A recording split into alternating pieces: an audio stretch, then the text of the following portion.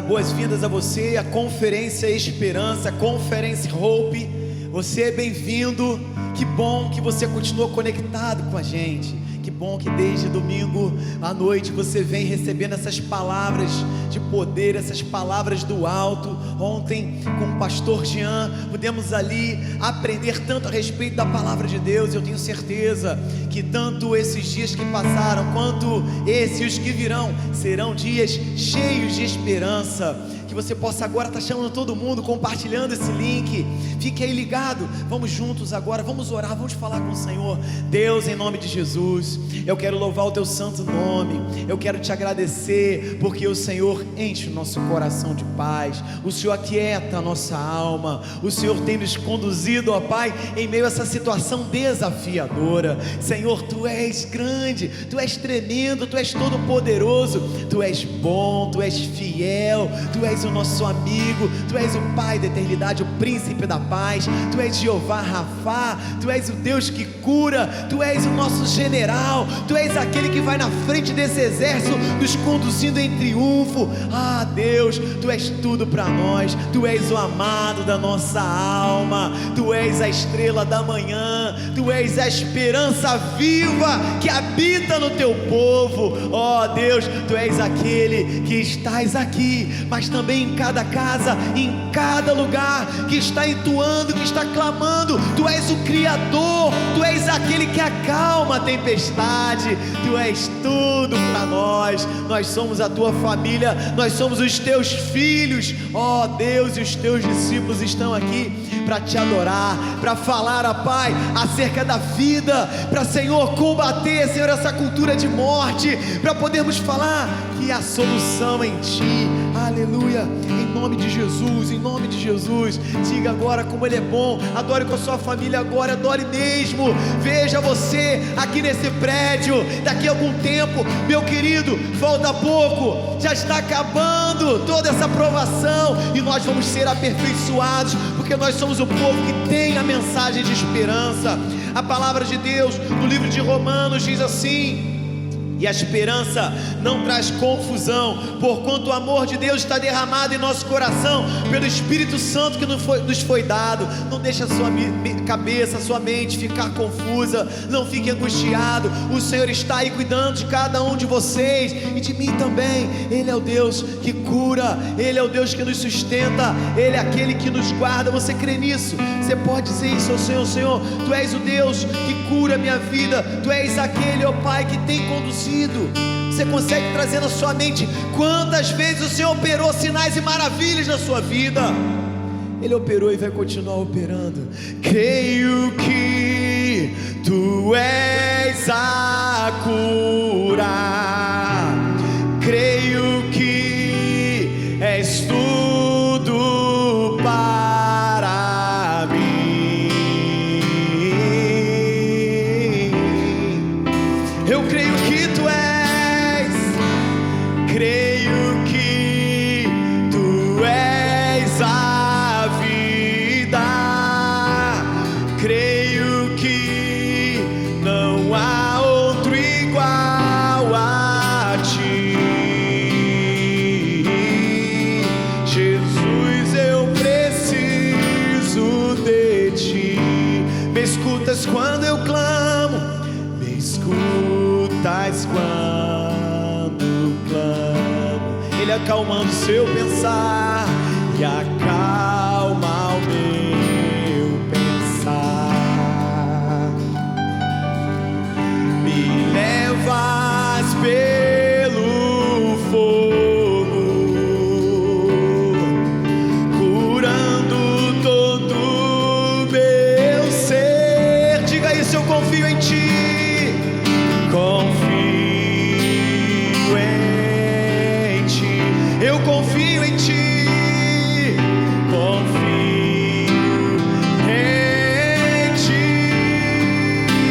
Eu creio que Tu és, creio que Tu és a cura, creio que és tudo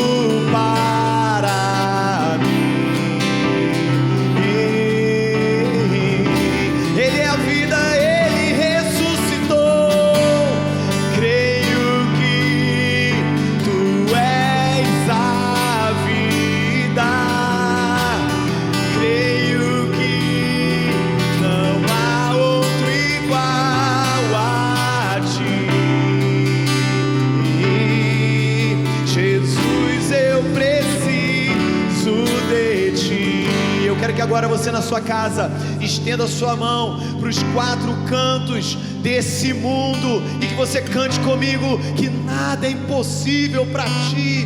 Você tem esse poder dentro de você. Talvez essas aflições, essas lutas vieram tirando de você essa esperança, mas nesses dias você está sendo lembrado que o mundo depende agora dos intercessores, daqueles que têm o Espírito Santo, e esse poder de realizar coisas impossíveis está aqui dentro de mim, dentro de você. Vamos lá, nada é impossível. Estendeu suas mãos, diga assim: nada é impossível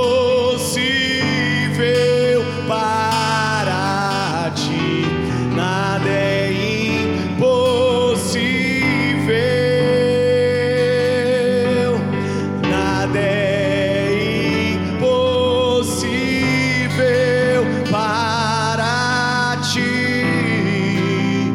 Tens o meu mundo em tuas mãos, nada é impossível para ti, nada é impossível,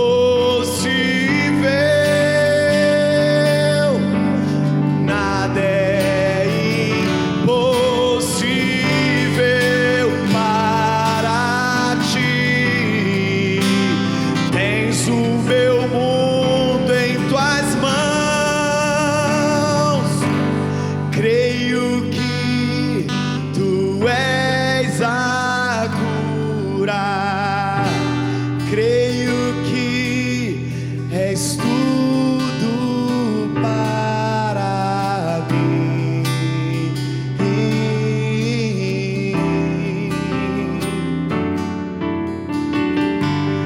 Creio que tu és a vida, creio que não há outro igual a ti.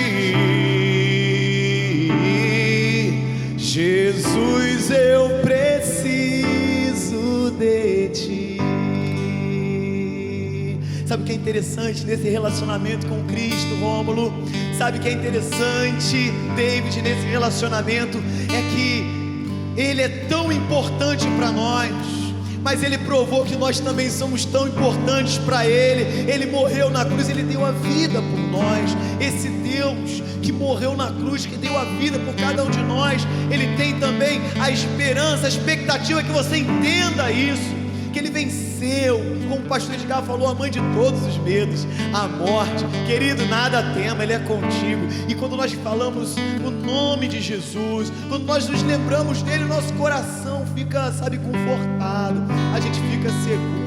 O pastor Lucas veio até cantar nessa noite, veio aqui ministrar para você. Sabe por quê? O Senhor nos encheu de dons, de habilidades. Quem sabe você não é o cantor, você não é aquele que prega, mas você é o intercessor. Você é aquele que está cheio de esperança, ligando para todo mundo e espalhando o bom perfume de Cristo com o dom que Deus te deu. Então, querido, você entendeu sobre o que é isso? Isso é sobre o corpo de Cristo, é sobre a nossa unidade, é sobre a nossa comunhão. A Conferência Esperança, Conference Hope, é muito mais do que somente uma mensagem que vai alcançar com certeza muitos outros lugares, mas é uma mensagem que alcançou também você na individualidade nessa noite. Aleluia. Diga o nome de Jesus muitas vezes aí no seu coração. Diga, ore, fale com Ele. Diga, Senhor, eu te amo. Jesus Cristo mudou meu viver. Jesus Cristo mudou meu viver. É a luz que ilumina meu ser. Sim, Jesus Cristo mudou meu viver. Você se lembra do dia que Ele entrou na sua vida? Diferente hoje é o meu coração. Diferente hoje é o meu coração.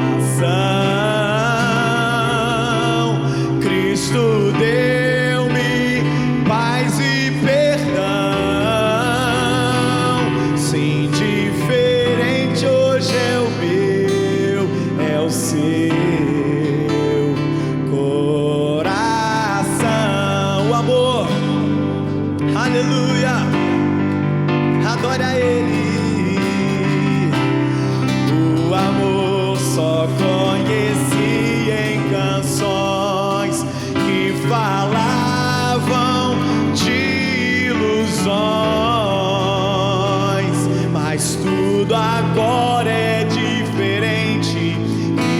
fala toda a gente em todas as cidades, pois Cristo deu-me o seu amor.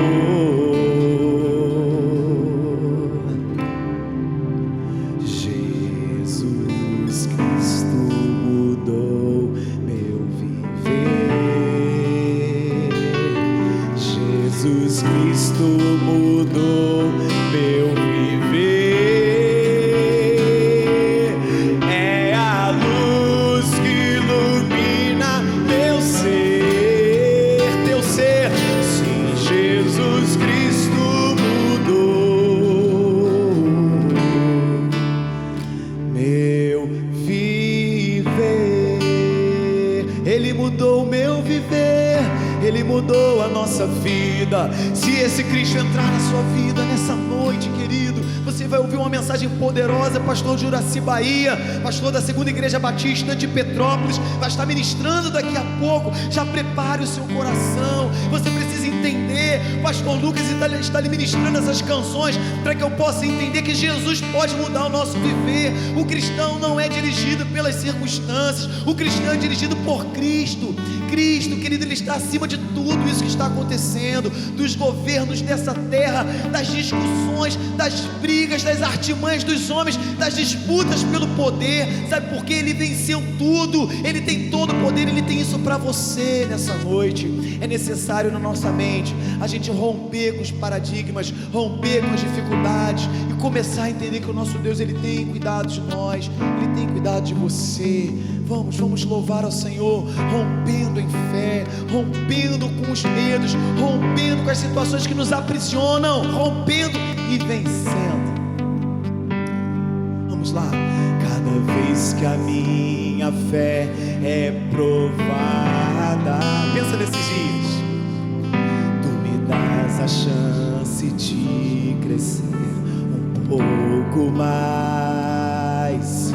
As montanhas e vales, desertos e mares, cante, levam você pra perto dele, aleluia. Vamos lá. Minhas provações não são maiores que o meu Deus e não vão me impedir de caminhar, não vão mesmo.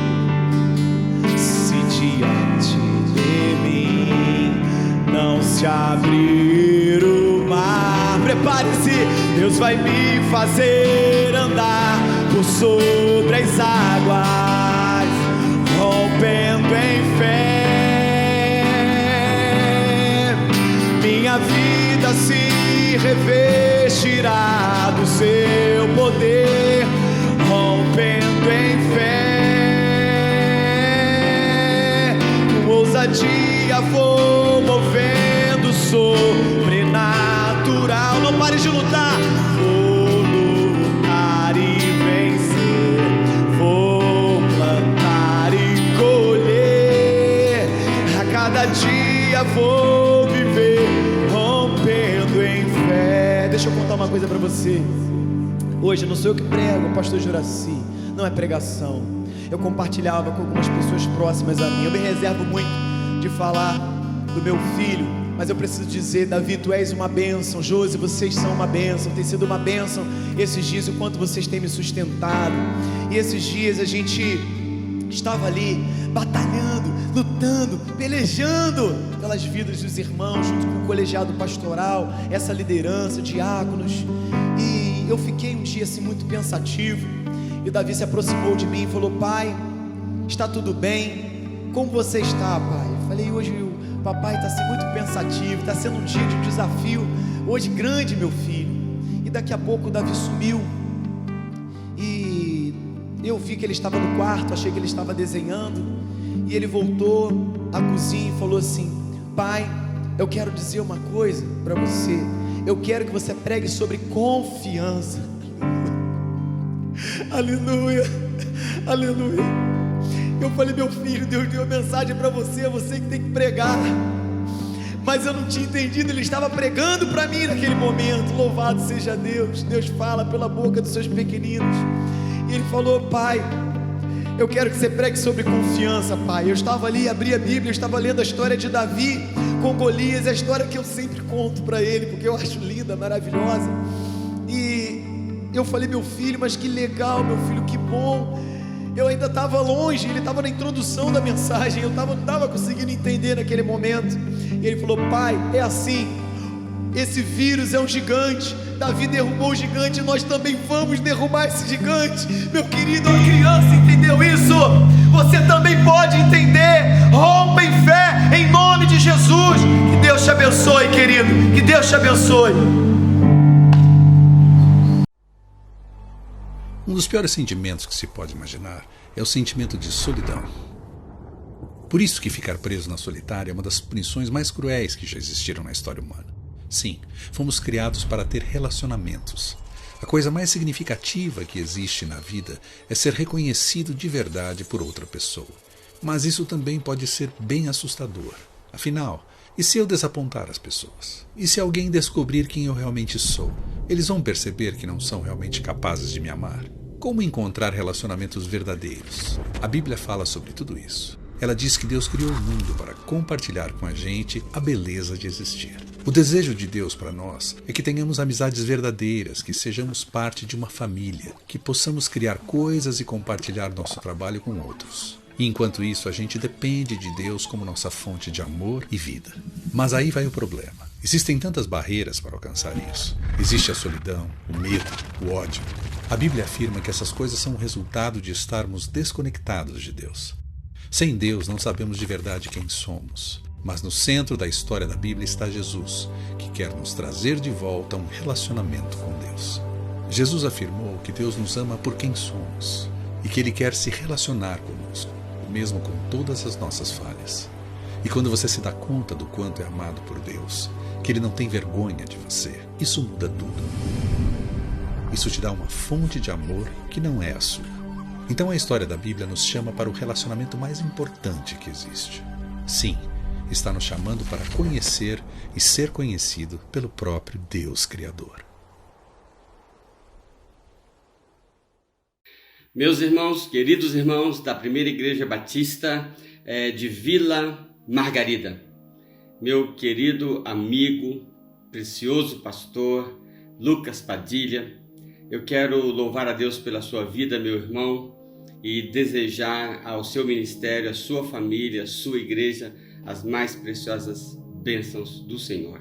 Eu trago um abraço a esta conferência Esperança e a esta igreja, a este pastor e a todos que nos acompanham nas várias mídias. Eu trago um abraço da Segunda Igreja Batista em Petrópolis, que completamos agora 71 anos, um pouquinho à frente da sua igreja, pastor. Vai completar 50 anos, eu estou entendendo. Quero louvar a Deus pelo tema que vocês escolheram, né? Eu tenho aqui anotado o texto, né? A divisa, porque em esperança somos salvos. Ora, a esperança que se vê não é esperança, porque o que alguém vê, como o esperará? Mas se esperamos o que não vemos, com paciência o esperamos. Que texto maravilhoso de Romanos 8, não é? E eu imagino que os outros companheiros estão explorando vieses deste tema, e eu pessoalmente tenho uma preferência, um carinho, uma paixão por este assunto, porque eu percebo que muitos discípulos de Jesus desperdiçam esse enorme valor, né, de viver a rotina da vida nessa expectativa, nessa esperança do movimento de Deus. Eu vou trazer para a nossa reflexão de hoje a memória, as palavras do profeta Abacuque.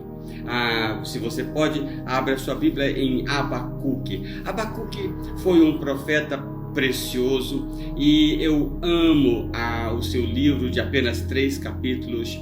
Ele, com muita sinceridade, ele expõe o seu coração diante de Deus. Ele, no primeiro capítulo, ele diz assim: até quando, Senhor? Até quando eu vou clamar e o Senhor não responde? E aí nesses tempos em que temos tantas revoltas, não é? Vemos tantos crentes revoltados, bravos, não é? Exigindo, não é? O profeta coloca sua queixa diante do Senhor, e então quando o desenrolar do texto, parece que vai dizer assim, então Abacuque chutou o balde, né? Mas não, ele coloca a sua queixa diante de Deus, e aí o capítulo 2 começa deste modo que eu vou ler para você. Ficarei no meu posto de sentinela e tomarei posição sobre a muralha, aguardarei para ver o que o Senhor me dirá e que resposta terei à minha queixa. Olha só este quadro. Ele está com a alma angustiada porque os caldeus estão chegando e ele prevê a destruição chegando à sua vizinhança, e ele agora coloca diante de Deus a sua queixa, abre o seu coração, e aí a resposta de Deus não vem de imediato, e este é o ponto da nossa conferência. Quando Deus parece demorar, quando a resposta de Deus parece demorar. Mas aí este crente, como você e eu, ele toma uma posição, ele toma uma decisão. Eu ficarei no meu posto, eu ficarei no meu lugar, eu vou ficar observando, eu vou aguardar, eu vou ficar num lugar alto onde eu possa observar o cenário, né? Mas eu vou aguardar o movimento de Deus. Eu vou aguardar a resposta de Deus. Aqui está, então, a grande lição que nós precisamos aprender. Abrir o coração diante de Deus como parte concreta da nossa rotina.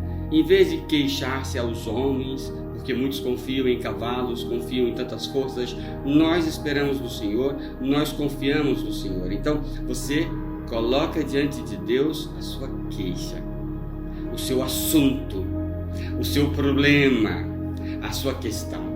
E então você se posiciona e você dá um tempo para Deus agir, para que chegue o tempo de Deus. Não é? Então eu tomarei posição na muralha, onde eu poderei observar. Eu quero ser o primeiro a perceber a resposta de Deus à minha queixa, porque eu sei que Deus responde às minhas orações. Essa consciência de que eu oro e Deus vai responder é uma consciência que não pode ser perdida na vida daquele que segue a Jesus.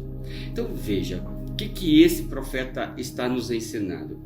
Ele primeiro nos ensina a esperar o movimento de Deus, esperar que Deus faça algo, o movimento dos céus, né?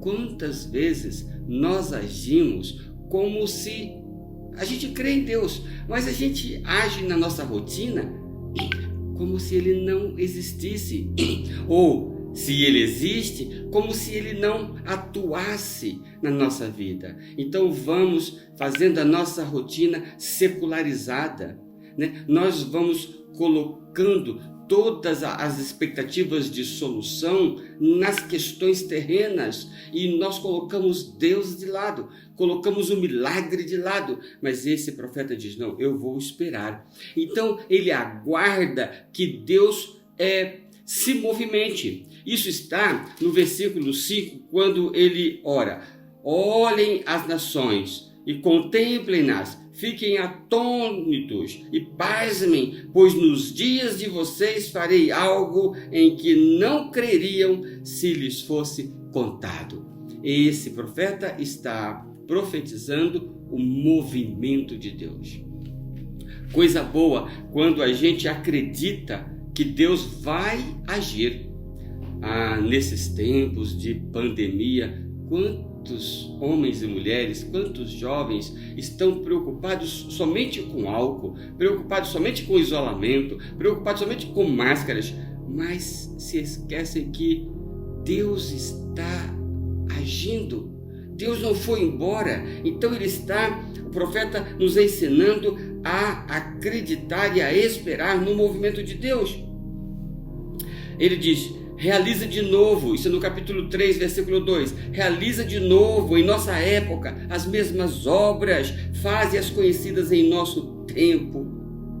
Em tua ira, lembra-te da misericórdia. O profeta, ele clama para que o braço de Deus se mova, para que se movimente. Olha, ainda no capítulo 3, ele diz assim: preparaste o teu arco, pediste muitas flechas. Ora, você pode criar esse quadro em sua mente? O profeta está dizendo: Deus, preparaste o teu arco, pediste muitas flechas. O que significa isso? Ele vai entrar em movimento, ele vai entrar em guerra, ele vai atuar, ele está pegando um balaio cheio de flechas, porque ele vai se movimentar muito. Então, esse é o nosso Deus. E no versículo 13 do capítulo 3 ele ainda diz: saíste para salvar o teu povo. Oh, eu creio num Deus que saiu para salvar o seu povo.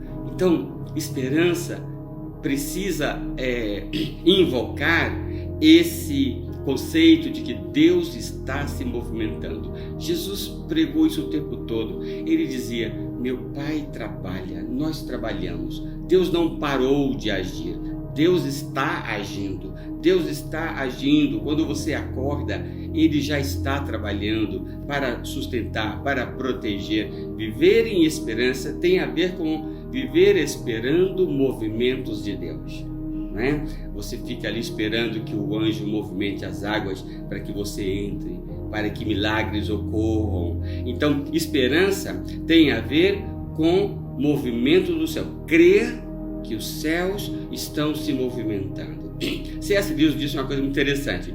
Foi quando os cristãos deixaram de pensar no outro mundo que se tornaram tão incompetentes neste mundo. Ou seja, muitos de nós estamos vivendo desprezando os recursos dos céus.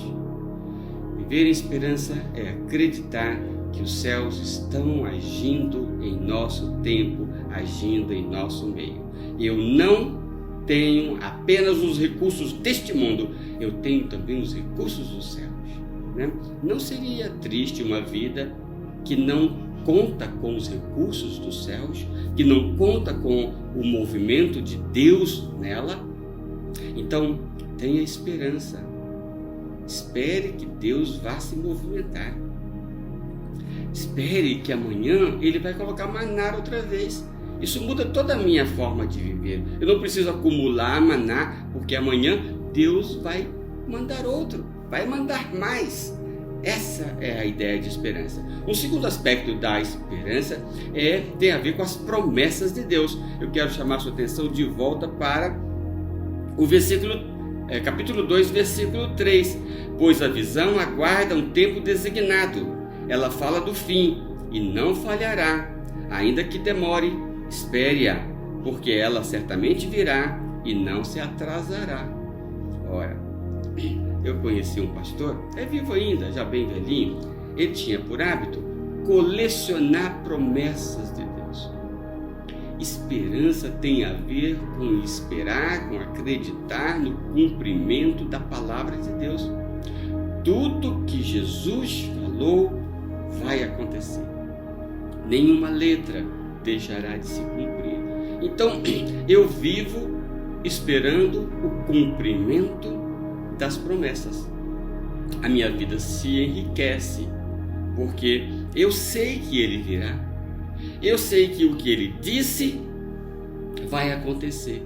Entrega o teu caminho ao Senhor. Confia nele e Ele tudo fará. Então, eu entrego a minha vida.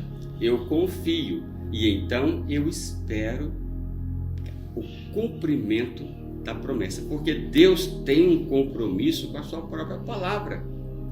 Tudo que Deus falou que iria fazer, Ele vai fazer. Então, se Ele disse: aquele que vem a mim, ninguém arrebata da minha mão, ele fez uma promessa. Se ele disse, eu vou, mas eu voltarei, é uma promessa. Se ele disse, onde estiverem 2 ou 3 reunidos em meu nome, ali eu estarei, é uma promessa. Então você vive na expectativa do cumprimento de tudo o que Deus prometeu. Então a sua vida, a sua esperança se robustece, se enriquece, né? Porque você crê que os céus estão agindo, os céus vão se movimentar e você tem a palavra de Deus, né? Como uma garantia, né? Tudo que Deus prometeu agora é uma espécie de patrimônio meu, patrimônio nosso. Então, esperança tem a ver com a confiança, a fé na palavra de Deus, né? Eu creio na palavra de Deus. Uma pessoa que não crê na Bíblia, a sua esperança é sem base, sem fundamento. E nós temos que ter cuidado para não confundir com pensamento positivo, com autoajuda. Não, a minha esperança é fundamentada, não é? Por isso que o apóstolo Pedro vai dizer lá no capítulo 1 Pedro 3,15, né? Esteja pronto para responder a qualquer pessoa que perguntar qual a razão da sua esperança, né? Você tem condições de responder. Ele disse que faria, então eu acredito, porque ele prometeu. Há um terceiro aspecto nesse livro de Abacuque que eu quero compartilhar com você. Está no versículo 14 do capítulo 2. Mas a terra se encherá do conhecimento da glória do Senhor, como as águas enchem o mar. O que eu quero tirar daqui? O cenário de Abacuque era um cenário de destruição, era um cenário de guerra. Entretanto, ele está dizendo, mas a terra se encherá do conhecimento do Senhor, ou da glória do Senhor. Ele está citando Isaías, e acrescentou apenas a palavra glória, porque lá em Isaías está escrito, mas a terra se encherá do conhecimento do Senhor. E aqui, ele citando Isaías, diz, mas a terra se encherá do conhecimento da glória do Senhor, como as águas enchem o mar. Qual que é a ideia que invade, que inunda a mente e o coração de Abacuque? Vitória. Segurança de vitória. Ele sabe como é que termina a história. Ele sabe que, apesar de toda aquela pompa de Babilônia, no final é a glória do Senhor que prevalecerá. Tudo termina com Deus sendo glorificado. Então, saber como é que a história vai terminar me enche de esperança. Eu gosto de contar, já contei, já perdi o número de vezes que contei essa historinha, de uma garotinha que estava lendo uma revista, e no meio da revista, no meio da história, tinha um monstro muito feio, muito grande, muito bravo, e ele estava para destruir a garotinha da história. E ela não queria ver a garotinha da história ser destruída, ela fechou a revista. Então ela foi lá na última página para ver como é que a história terminava. Quando ela viu lá na última página, o monstro estava todo acorrentado ao fundo, a garotinha estava bem aconchegada nos braços do pai dela, né? O monstro preso, e a história terminava feliz. Aí ela voltou, criou coragem, voltou ao meio da revista, no meio da história, e ela disse para o monstro, olha, se você soubesse o que eu sei, você não estaria dando as gargalhadas que você está dando. Quando a gente sabe, quando a gente conhece como é que a história termina, a gente se enche de esperança. Eu sei como é que a minha história vai terminar. Eu sei. A minha história vai terminar nos braços de Jesus, nos braços do Pai. É lá que a minha história termina. Todos os problemas que eu tenho, todas as dificuldades que eu enfrento, quando os homens dizem acabou, não acabou. A minha história vai acabar quando a glória do Pai se realizar na minha vida. Então, Abacuque, apesar do cenário de destruição, ele estava olhando lá na frente e ele sabia como que a história vai terminar. Para concluir, eu quero destacar um quarto aspecto. Eu falei que é importante a gente fundamentar a nossa esperança na expectativa do movimento de Deus. Eu não vivo apenas dos recursos humanos, das forças humanas ou das minhas, ou da minha inteligência, ou dos meus recursos, não é? Eu espero que Deus se movimente, não é? Eu creio na palavra de Deus, que ela vai se cumprir, não é? Eu sei que no final a vitória é certa, né? Deus vai vencer com o seu ungido, né? E todo joelho vai se curvar e toda língua vai ter que confessar que Jesus Cristo é Senhor. Mas por fim, a minha esperança se fortalece e se fundamenta porque Deus aumenta as minhas forças. Olha só que preciosidade! Tem os recursos dos céus, tem a palavra de Deus, tem a convicção de vitória, mas Ele também fortalece os meus pés. Então eu quero chamar sua atenção para o final do livro. Lembra como o livro começa? Até quando eu vou clamar e tu não me ouvirás, não me escutas, não me respondes? Ficarei no meu posto e aguardarei a resposta do Senhor, porque eu sei que Ele vai se movimentar, eu sei que Ele vai cumprir tudo o que disse, eu sei como é que a história termina. Mas não é só isso. Ele me fortalece em todos os aspectos da força humana. Ele me fortalece.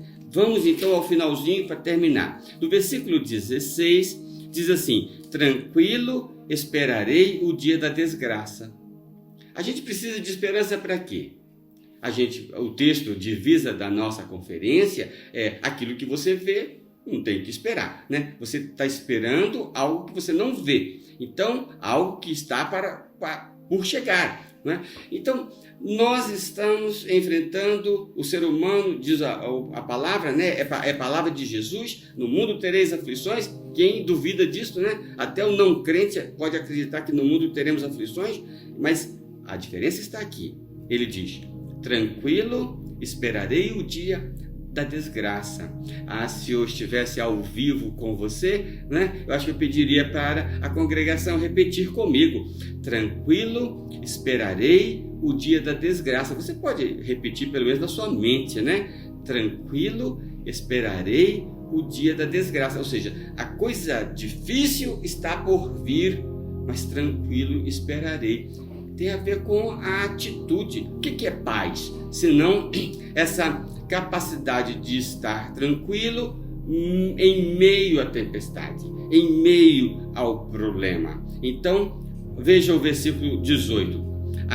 Ainda assim exultarei no Senhor e me alegrarei. Me alegrarei. De que ele está falando? Ele está falando, que todo mundo conhece, não florescendo a figueira, não havendo uvas na videira, mesmo falhando a safra, não havendo produção de alimento, acabou tudo, não tenho o que comer. Ainda assim, eu exultarei no Senhor e me alegrarei em Deus. O que é isto?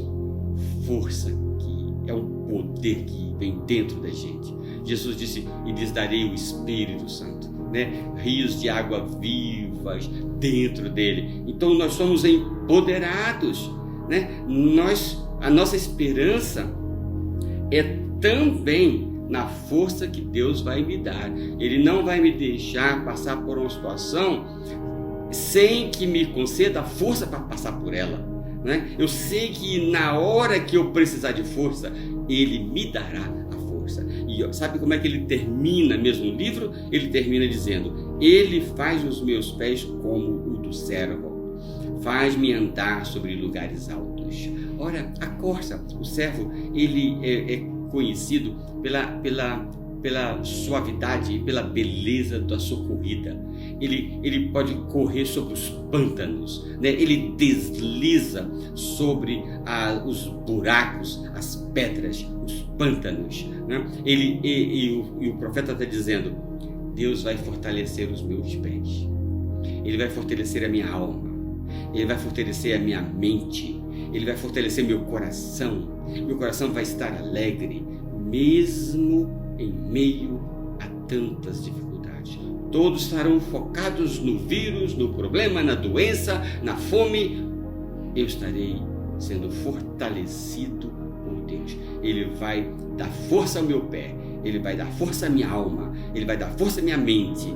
Porque eu sei, a palavra dele me garante que se a minha mente estiver firmada nele, eu terei paz. Ora, isso é esperança verdadeira. Isto é esperança concreta. Você tem um Deus que se movimenta, que age. Você tem uma palavra que é o seu contrato. Você tem uma convicção de vitória e você é fortalecido diariamente na sua rotina para você seguir em frente. Então sim, você não está enxergando todo o cenário, mas você sabe em quem você crê. Você tem toda a garantia. Aí sim, podemos enfrentar quaisquer dificuldades. Então entrega o seu caminho ao Senhor. Confia nele, porque não há nada melhor do que andar neste mundo tendo esperança em Deus, na sua palavra e no empoderamento que o Espírito Santo nos dá todo o tempo. Ele está conosco todos os dias. Deus abençoe você. Confie nele de todo o seu coração.